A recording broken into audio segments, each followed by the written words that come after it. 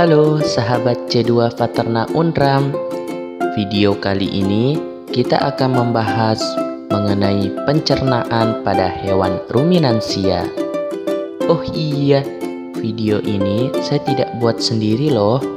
Ada teman-teman yang sangat luar biasa yang membantu saya. Siapakah itu? Yang pertama ada Muhammad Irfandi. Yang kedua ada Muhammad Hairul Wardi. Yang ketiga ada Muhammad Aldi Safroni. Yang keempat ada Muhammad Alvin. Yang kelima ada Lalu Ismam Farid. Yang keenam ada Malikul Asyad. Yang ketujuh ada Muhammad Hardian. Yang kedelapan ada Fikri Mumtaz. Yang kesembilan ada Nadila Putri. Yang kesepuluh ada Miftahul Jannah. Yang kesebelas ada Leni Triani. Yang kedua-belas ada Muhammad Suryadi. Yang ke-13 ada Muhammad Azrul. Yang ke-14 ada Muhammad Alfin. Yang ke-15 ada Lalu Ahmad Dhani. Apa sih itu hewan ruminansia?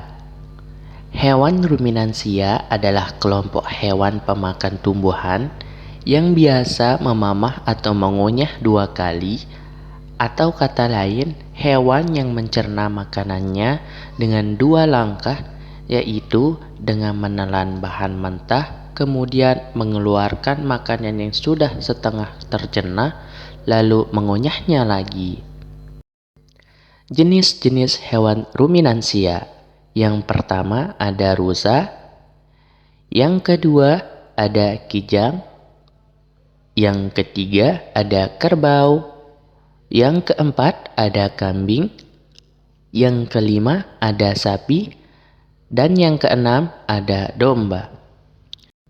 Dari jenis-jenis hewan ruminansia yang tadi, saya akan mengambil sistem pencernaan pada sapi.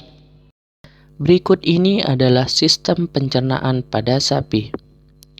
Yang pertama ada mulut, yang kedua ada kerongkongan, yang ketiga ada rumen, yang keempat ada retikulus, yang kelima ada omasum, yang keenam ada abomasum, yang ketujuh ada intestina, dan yang kedelapan ada anus. Dari 8 jenis sistem pencernaan pada sapi, kita akan membahas fungsinya satu persatu. Yang pertama, mulut. Pada sapi, mulut digunakan untuk menggigit dan mengunyah makanan. Saat makanan dikunyah, air liur dicampur untuk membantu memecah karbohidrat dan membentuk bolus yang lebih mudah ditelan. Yang kedua, kerongkongan atau esofagus. Jalur menghubung antara rongga mulut dengan lambung hanya melewati esofagus tanpa melalui proses apapun. Hal ini karena kerongkongan ruminansia umumnya sangat pendek sekitar 5 cm, tetapi mampu melebar untuk menyesuaikan ukuran dan tekstur makanan. Yang ketiga, rumen. Tempat penyimpanan sementara makanan yang sudah ditelan dan membantu menguraikan makanan. Yang keempat, retikulum. Retikulum adalah tempat mencampur makanan hingga menjadi gumpalan-gumpalan kasar atau bolus. Setelah itu, makanan akan didorong kembali ke rongga mulut untuk dimamah yang kedua hingga tekstur lebih halus. Yang kelima adalah omasum. Omasum membantu proses penghalusan makanan secara kimiawi yang dibantu oleh kelenjar enzim dan mengurangi kadar air. Yang keenam, abomasum. Abomasum berfungsi untuk mencerna gumpalan makanan melalui enzim dan asam klorida dan sebagai desinfektan bagi bakteri jahat yang masuk bersama makanan. Yang ketujuh, usus halus. Usus halus berfungsi menyerap sari-sari makanan yang telah diproses di dalam lambung.